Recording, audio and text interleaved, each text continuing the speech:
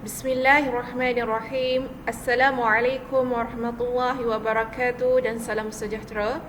Sebelum kita memulakan kelas kita pada hari yang berbahagia ini, marilah sama-sama kita membaca doa sebelum belajar. Bismillahirrahmanirrahim. Allahumma aftah alaina hikmataka wanshur alaina min khazaini rahmatika ya arhamar rahimin. Rabbi shrah li sadri wa yassir li amri wahlul 'uqdatam min lisani yafqahu qawli amin rabbal alamin. Jadi insya-Allah hari ini kita akan mempelajari akhlak tahun 2 berkenaan dengan pelajaran kelima, iaitu adab belajar. Jadi apakah yang murid-murid faham tentang belajar? Belajar adalah situasi yang mana kita berada di dalam kelas ataupun di rumah mengulang kaji pelajaran. Misalnya kita mempelajari di dalam kelas, kita belajar tentang matematik dalam kelas, ataupun kita belajar PJK ataupun sains di dalam kelas, maka mestilah kita kita belajar dan kita ada adab dalam kita belajar di dalam kelas tersebut. Dan justru itu apabila kita belajar, mestilah kita belajar kerana Allah Subhanahu Wa Taala. Jadi itulah merupakan adab belajar. Jadi marilah sama-sama kita mengetahui apakah itu adab belajar. Jadi adab-adab ketika belajar telah cikgu bicarakan sebelum ini, namun kita akan ulang kaji semula tentang adab belajar ini. Jadi adab belajar ini bukan sahaja belajar di dalam kelas berkenaan dengan mata pelajaran matematik, sains, seni, PJK, fiqh ataupun akhlak, tapi kita juga boleh kita mempunyai adab ketika kita belajar bila kita belajar berkenaan dengan aktiviti-aktiviti lasak. Contohnya seperti kita diminta oleh pihak sekolah untuk mengadakan untuk menyertai pertandingan bola sepak misalnya. Jadi kita mestilah mempunyai adab dengan jurulatih ataupun guru yang mengajar kita bola sepak tersebut untuk kita bertanding di peringkat daerah ataupun negeri ataupun kebangsaan. Jadi itulah kita mestilah mempunyai adab kita ketika kita belajar bersama dengan jurulatih kita, bersama dengan guru latih kita. Okey, bukan itu sahaja mempelajari tentang adab di luar daripada bilik darjah. Begitu juga adab bila mana kita belajar tentang memasak bersama dengan guru ataupun dengan ibu kita. Okey, secara boleh cikgu sampaikan di sini, iaitu adab apabila kita belajar memasak bersama dengan guru. Contohnya ada aktiviti di luar daripada bilik darjah untuk meminta pelajar-pelajar untuk mahirkan kemahiran memasak, iaitu ataupun kita boleh kata pengurusan rumah tangga, kan ada dalam satu subjek di sekolah. Okey, jadi di situ kita mestilah mempunyai adab belajar. Okey, adab belajar itu berkenaan dengan adab belajar di sekolah, tapi kita boleh masukkan adab belajar dengan guru kita. Misalnya guru yang mengajar kita mengaji Al-Quran, jadi itu mestilah kita mempunyai adab dan tingkah laku yang baik dengan guru kita. Justru itu mestilah kita mempunyai adab belajar. Belajar dengan guru mengaji Al-Quran, belajar dengan guru mengaji Fardu Ain, belajar dengan guru matematik, bahasa Inggeris di sekolah. Okey. Jadi apakah itu? Okey, murid-murid dapat lihat pada skrin ini berkenaan dengan adab-adab ketika belajar. Jadi apakah adab-adab ketika belajar? Jadi adab yang pertama ketika kita belajar, membaca doa sebelum belajar. Mestilah kita memulakan kelas kita sebelum kita memulakan kelas kita, hendaklah kita membaca doa sebelum kita belajar. Jadi insya-Allah cikgu akan sebelum ini cikgu dah sampaikan tentang doa sebelum belajar itu apa, dan cikgu harap murid-murid semua dah hafal doa sebelum belajar itu. Bahkan apabila cikgu sampaikan tentang adab ketika belajar di sini, dan cikgu terangkan yang pertama iaitu membaca doa sebelum belajar. Okey, yang pertama sekali itu membaca doa sebelum belajar. Okey, membaca doa sebelum belajar itu merupakan adab-adab ketika belajar. Okey, ini adab yang pertama. Okey. Dan adab yang kedua ketika belajar iaitu memberi tumpuan ketika guru mengajar. Okey, kita memberi tumpuan ketika guru kita mengajar. Okey, bila mana guru mengajar di dalam kelas ataupun guru mengajar Al-Quran, maka kita betul-betul memberikan tumpuan ataupun fokus ataupun perhatian terhadap apa yang disampaikan oleh guru kita itu. Itulah perkara yang cukup penting. Sekiranya kita tidak memberikan tumpuan semasa guru mengajar, makanya apa yang berlaku? Maka berlakunya salah faham. Okey. Diceritakan bahawasanya Imam Syafi'i merupakan seorang ulama yang hebat, yang mana apabila gurunya itu Imam Malik mengajar di hadapan, Imam Syafi'i mempunyai ingatan yang kuat. Jadi dia hanya menulis apa yang disampaikan oleh gurunya itu Imam Malik dengan menggunakan air liurnya. Dan dari situ maknanya kalau kita mudah lupa, jadi kita akan catat apa yang guru sampaikan di dalam kelas supaya kita mudah memberikan tumpuan dan dapat ingat. Okey. Namun apabila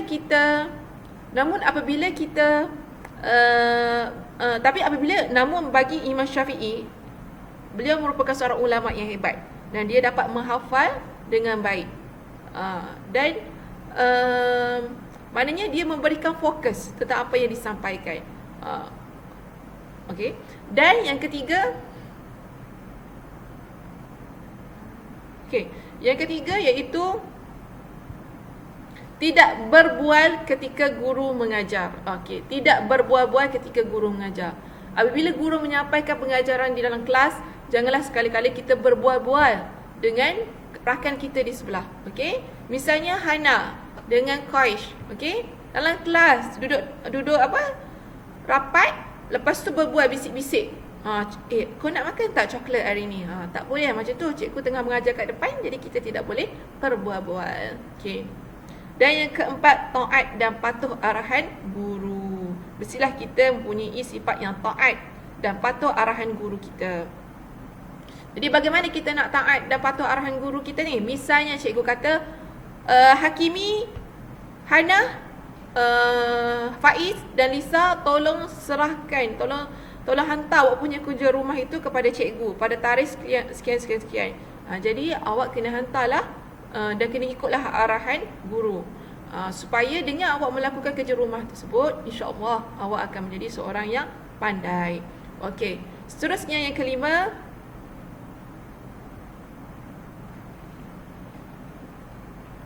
duduk dengan sopan.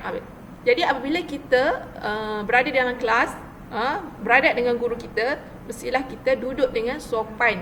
Jangan apabila dalam kelas kita angkat kaki kita di atas kerusi, ataupun kita angkat kaki kita di atas meja, ataupun kita duduk di atas meja. Itu adalah satu perbuatan yang mana tidak elok untuk kita lakukan, kerana itu adalah satu perbuatan yang tidak sopan.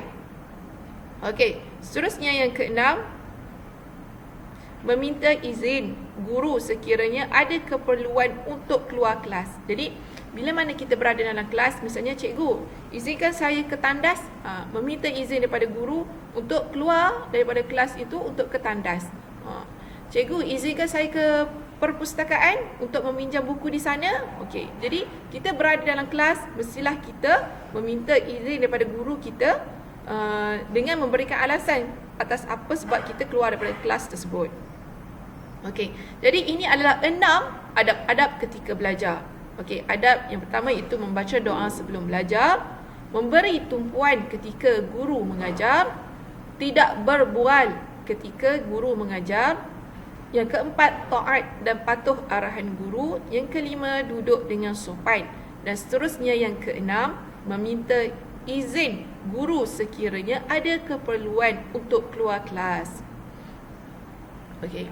Justru itu, apakah doa sebelum belajar? Okey, doa sebelum belajar ini iaitu, marilah sama-sama kita menghafalnya. Bismillahirrahmanirrahim. Rabbi zidni ilman warzuqni fahman. Rabbi shrahli sadri wa yassirli amri wahlul 'uqdatam min lisani yafqahu qawli. Okey. Allahumma akhrijni min zulamatil wahmi وأكرمني بنور الفهم وافتح لي بمعرفة العلم ونور قلبي كما نورت الشمس والقمر وسهل لي أبواب فضلك يا أرحم الراحمين. Okey, ini adalah doa sebelum belajar. Jadi cikgu minta murid-murid untuk menghafal doa sebelum belajar ini.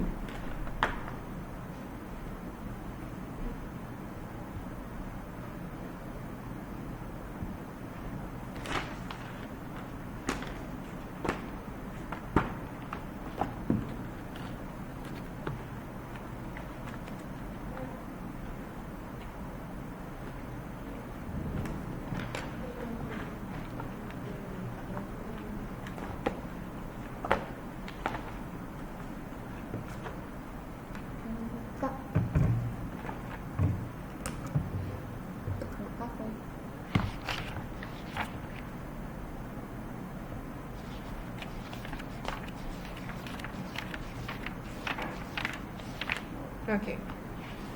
Jadi apakah pengertian doa sebelum belajar? Okey, pengertiannya kita baca. Wahai Tuhanku, tambahkan ilmuku dan luaskanlah kefahamanku.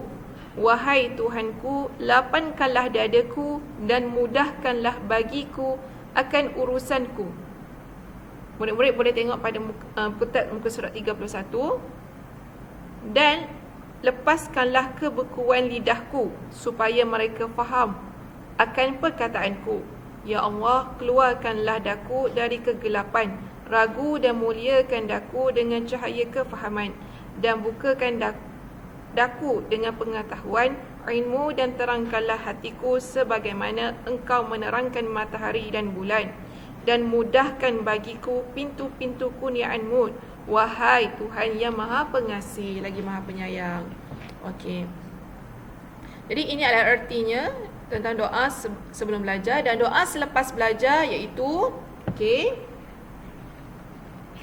Rabbana la tuzigh qulubana ba'da idh hadaitana wa hab lana min ladunka rahmah innaka antal wahhab ya fattahu ya alim iftah li qalbi futuhal arifin Allahumma inni astawdi'uka ma 'allamtani farduhu ilayya 'inda hajati ilayhi wa la tunsinihi ya rabbal alamin. Okey, maksudnya doa selepas belajar ini, wahai Tuhan kami, janganlah engkau pesongkan hati kami sesudah engkau kurniakan kepada kami petunjuk. Anugerahkanlah kepada kami rahmat, kerana bahawa sesungguhnya engkau Maha Pengurnia.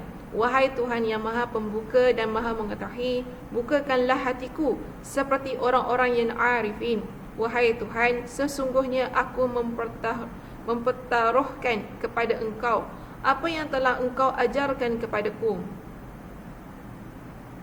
Kembalikanlah ia ilmu kepadaku ketika aku berhajat kepadanya, dan janganlah engkau lupakan aku akannya ilmu, wahai pentadbir sekalian alam.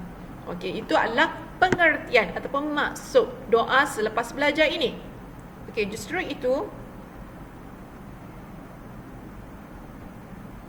Okey, kita lihat pula kepada fadilat ataupun kelebihan beradat ketika belajar. Apakah kelebihan ataupun fadilat beradat ketika belajar? Ini fadilat beradab ketika belajar. Apakah makna fadilat hakimi? Maksudnya itu kelebihan. Kelebihan sekiranya hakimi mempunyai adab ketika belajar. Kelebihan sekiranya kita mempunyai adab ketika belajar. Yang pertama sekali, mudah ingat dan faham pengajaran guru. Bila kita ada adab bila kita belajar, okey, jadi kelebihannya kita mudah ingat apa yang disampaikan oleh guru kita, dan kita mudah faham pengajaran guru kita. Okey. Dan membentuk peribadi dan akhlak yang mulia. Okey, disampaikan satu kisah seorang yang cukup berilmu, yang mana selepas daripada pengajian daripada gurunya, okey, dia turun daripada tangga, yang mana tangga itu mempunyai 70 langkah. Dan setiap kali satu langkah daripada tangga itu, dia akan mengulang kembali apa yang disampaikan oleh gurunya. Sehinggalah 70 kali dia mengulang pembelajaran ataupun pengajaran yang disampaikan oleh gurunya. Jadi yang mana dia begitu beradab dan dia begitu menjaga arahan dan taat akan gurunya. Maknanya dengan dia menjaga adab ketika dia belajar, inilah memudahkan dia untuk ingat dan faham pengajaran guru. Okey, dan yang kedua, membentuk peribadi dan akhlak yang mulia. Membentuk peribadi dan akhlak yang mulia, kita mestilah mempunyai peribadi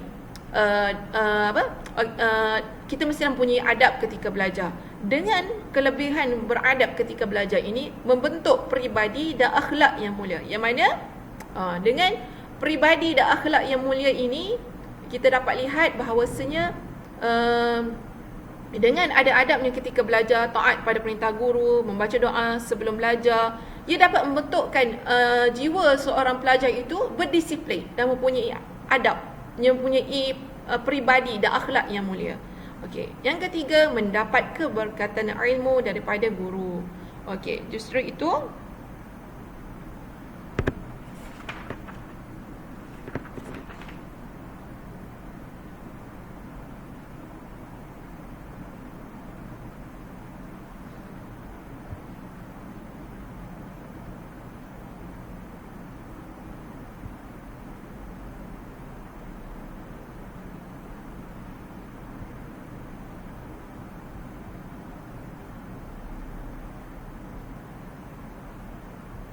mendapat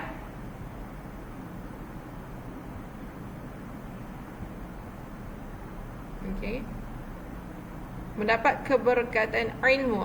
Ain, lam, mim, waw. Mendapat keberkatan ilmu daripada guru. Dan yang keempat, memperoleh kejayaan di dunia dan di akhirat. Dan yang kelima, ilmu yang dipelajari diberkati oleh Allah Subhanahu Wa Taala. Pentingnya kita menjaga adab apabila kita belajar. Itu kita mendapat kejayaan di dunia dan di akhirat. Contohnya seorang doktor. Dia seorang doktor satu hari nanti, tapi dia juga seorang doktor yang mana menjaga solatnya dan juga menjaga waktu solat berjemaahnya. Jadi dia merupakan seorang doktor yang berjaya di dunia dan juga di akhirat, insya-Allah. Dan ilmu yang dipelajari diberkati oleh Allah Subhanahu Wa Taala. Justru itu kita lihat pula kepada akibat. Apakah akibat tidak beradab ketika belajar ini? Akibat tidak beradab ketika belajar ini, yang pertama sekali, tidak disukai oleh kawan-kawan. Tidak disukai oleh kawan-kawan. Maksudnya apabila seorang itu di dalam kelas, dia bercakap-cakap dengan kawannya, berbisik-bisik dengan kawannya semasa guru tengah mengajar. Jadi ia menimbulkan perasaan tidak enak ataupun tidak suka oleh rakan-rakannya yang lain yang di sebelahnya. Jadi ini menimbulkan sifat yang mana rakan di sekelilingnya rasa tidak suka, tidak gemar. Ataupun dia tidak menyiapkan kerja yang disuruh oleh guru. Ataupun dia tidak mengikut arahan guru. Maka bukan saja guru tidak senang dengannya, tapi bahkan rakannya juga tidak rasa enak, tidak rasa suka dengannya. Jadi dia maknanya dia tidak menjaga adab ketika belajar. Jadi itulah akibatnya. Akibatnya iaitu tidak disukai oleh kawan-kawan. Jadi mestilah kita menjadi seorang yang pelajar contoh, yang mana kita menjaga disiplin diri kita, menjaga kepribadian diri kita di dalam kelas, di luar sekolah, di rumah, di tempat tinggal kita. Mestilah kita menjaga disiplin dan juga kepribadian diri kita supaya orang lain suka dengan kita, senang dengan kita dan tidak disenangi guru. Dan kita, apabila orang itu dia tidak beradab ketika belajar, maka akibatnya tidak disenangi oleh guru. Bukan saja guru, bahkan kawan-kawannya.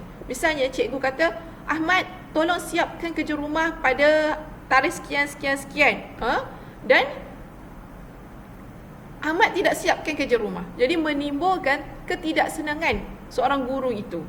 Dan yang seterusnya, yang ketiga, susah untuk memahami pelajaran yang disampaikan oleh guru. Jadi akibatnya tidak beradab ketika belajar ini iaitu susah untuk memahami pelajaran ataupun topik ataupun bab yang disampaikan oleh guru. Misalnya cikgu kata 2 tambah 2, 4. Tapi dalam kelas kita bising-bising dengan kawan kat sebelah kita. Jadi kita pun hilang fokus masa cikgu mengajar. Jadi bila balik rumah, cikgu suruh buat kerja rumah, soalan latihan matematik tu 2 tambah 2 kita pergi jawab 5. Sebab tak faham apa yang disampaikan. Cikgu ulang balik benda yang sama, awak tetap salah apa yang awak sampaikan. Jadi macam mana? Jadi mesti dah memberikan tumpuan dan fokus apa yang disampaikan.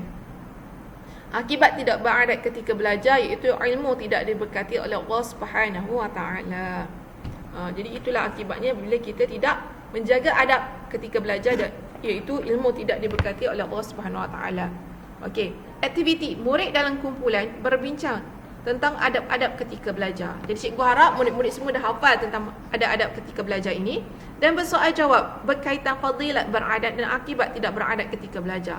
Dan mesti bersoal jawab dengan rakan, contohnya Lisa dengan Hana cakap apakah fadilat beradab ketika belajar, iaitu fadilatnya mudah ingat dan mudah fokus apa yang disampaikan oleh guru. Itu kelebihannya apabila kita beradab ketika belajar.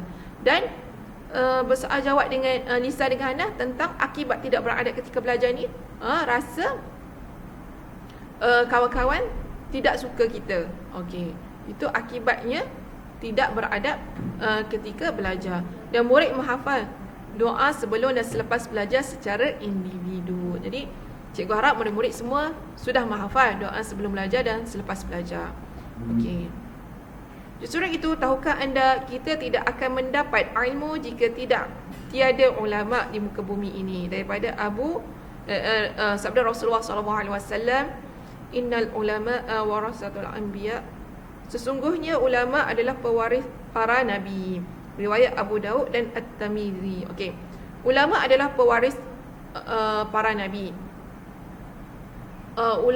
Nabi kita contohnya Nabi Muhammad SAW, Nabi Daud, Nabi Sulaiman. Kisah berkenaan dengan Nabi Muhammad itu banyak diceritakan.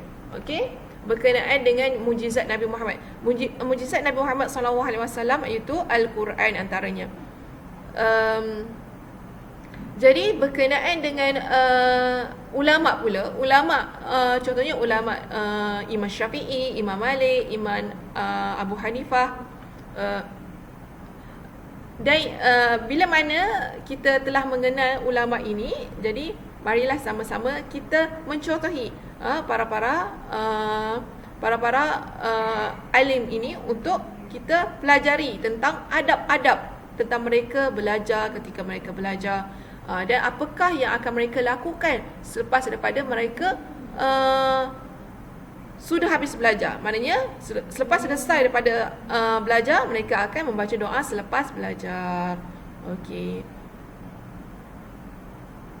Justru itu, sebelum kita menamatkan kelas kita ini, marilah sama-sama kita membaca doa selepas belajar, iaitu Bismillahirrahmanirrahim. Rabbana la tuzigh qulubana ba'da idh hadaitana wa hab lana min ladunka rahmah innaka antal wahhab ya fattah ya alim iftah li qalbi futuhal arifin Allahumma inni astaghfiruka ma 'allamtani farduhu ilayya 'inda hajati ilayhi wa la tunsinihi ya rabbal alamin.